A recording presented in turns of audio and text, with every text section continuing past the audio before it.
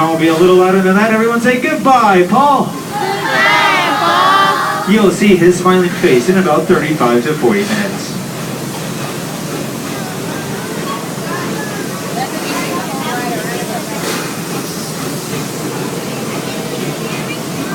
Alright, now as we're departing the station, please make sure that your safety seatbelts are buckled. I'm just kidding, there are no seatbelts. Now this blue and red structure surrounding us is SheiKra.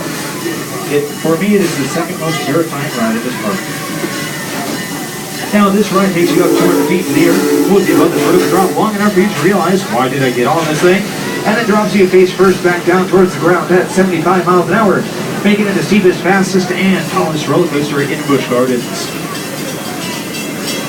Now coming up on our left-hand side is the Stanleyville Falls Flume. It is actually the longest log flume in the nation. It features a 43-foot drop for its finale into icy cold water below.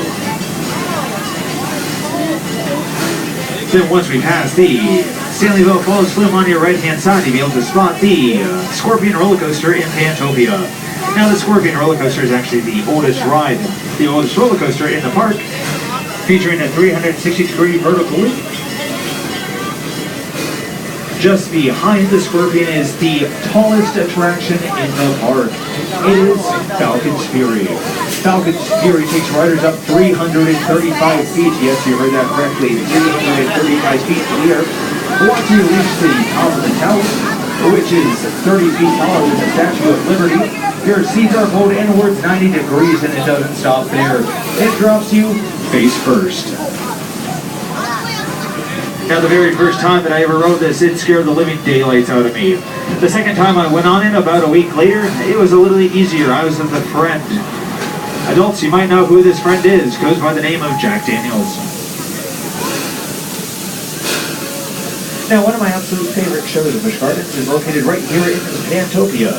Now, Pantopia is home to opening night critters. It features cats, dogs, birds of all variety, a couple of pot-bellied pigs, a beautiful miniature horse by the name of Silver, and also a skunk. Unfortunately, I'm hearing with the skunk his performance stinks. And just like the skunk, that joke skunk. Also, there's an owl in the show. Its performance is a hoot. I can tell these jokes all day long. I forgot to warn you guys, I'm the conductor with a really bad corny jokes. Thank you for laughing anyways.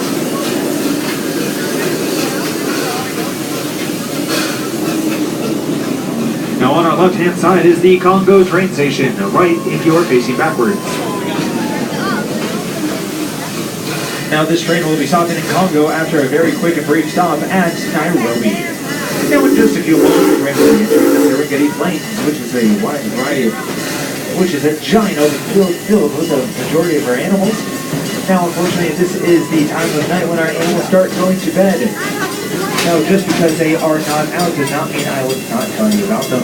Now ladies and gentlemen, as a friendly reminder, please keep all hands, arms, feet, legs inside of the train at all times.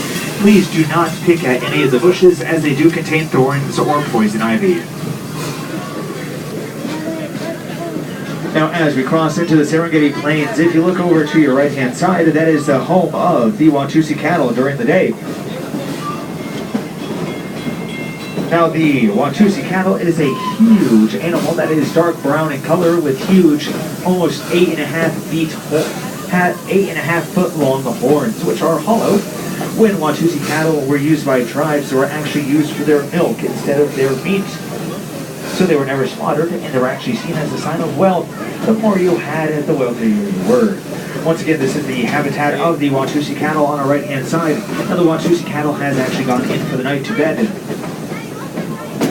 Now to your left-hand side of the train is a giant open field with a bunch of rocks.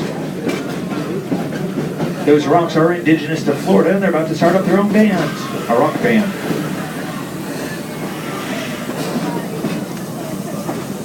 I hear that they're going to be performing at the Strat Center of the Performing Arts here in Tampa. Just kidding. Now, two of my absolute favorite animals out here on the Serengeti Plains. One is the rhino. Yeah, horns are not made of bone. They're actually made of keratin, the same material that your hair and fingernails are made out of. So I guess you can say that a horn is one giant nose here. Also, they're relatively shy creatures, but if they feel threatened, they will charge, just like my ex-girlfriend with my credit cards. Rumor has it that her and I will never, ever, ever be getting back together. We also have Impalas out here on the Serengeti Plains, not to be confused with the car made by Chevy here. The best way to tell the difference is at least the ones here don't have to be recalled all the time. So try again. Oh, I'm sorry, did I say that out loud? Now, all joking aside, Impalas can actually hit speeds of up to 55 miles an hour when running, making it the second fastest land mammal on the planet, directly behind the cheetah.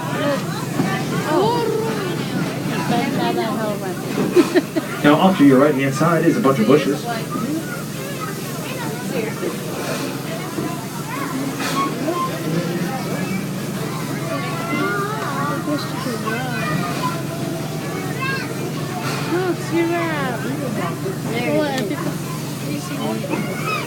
Now on our left-hand side, we are passing the southern half of the Serengeti Plains, home of our reticulated giraffes, our eland antelopes, one of our female redneck ostriches, and also they are sometimes seen, sometimes they aren't, the Adex antelope, which are an endangered species. Last time I checked, there's only about 150 to 200 in the wild.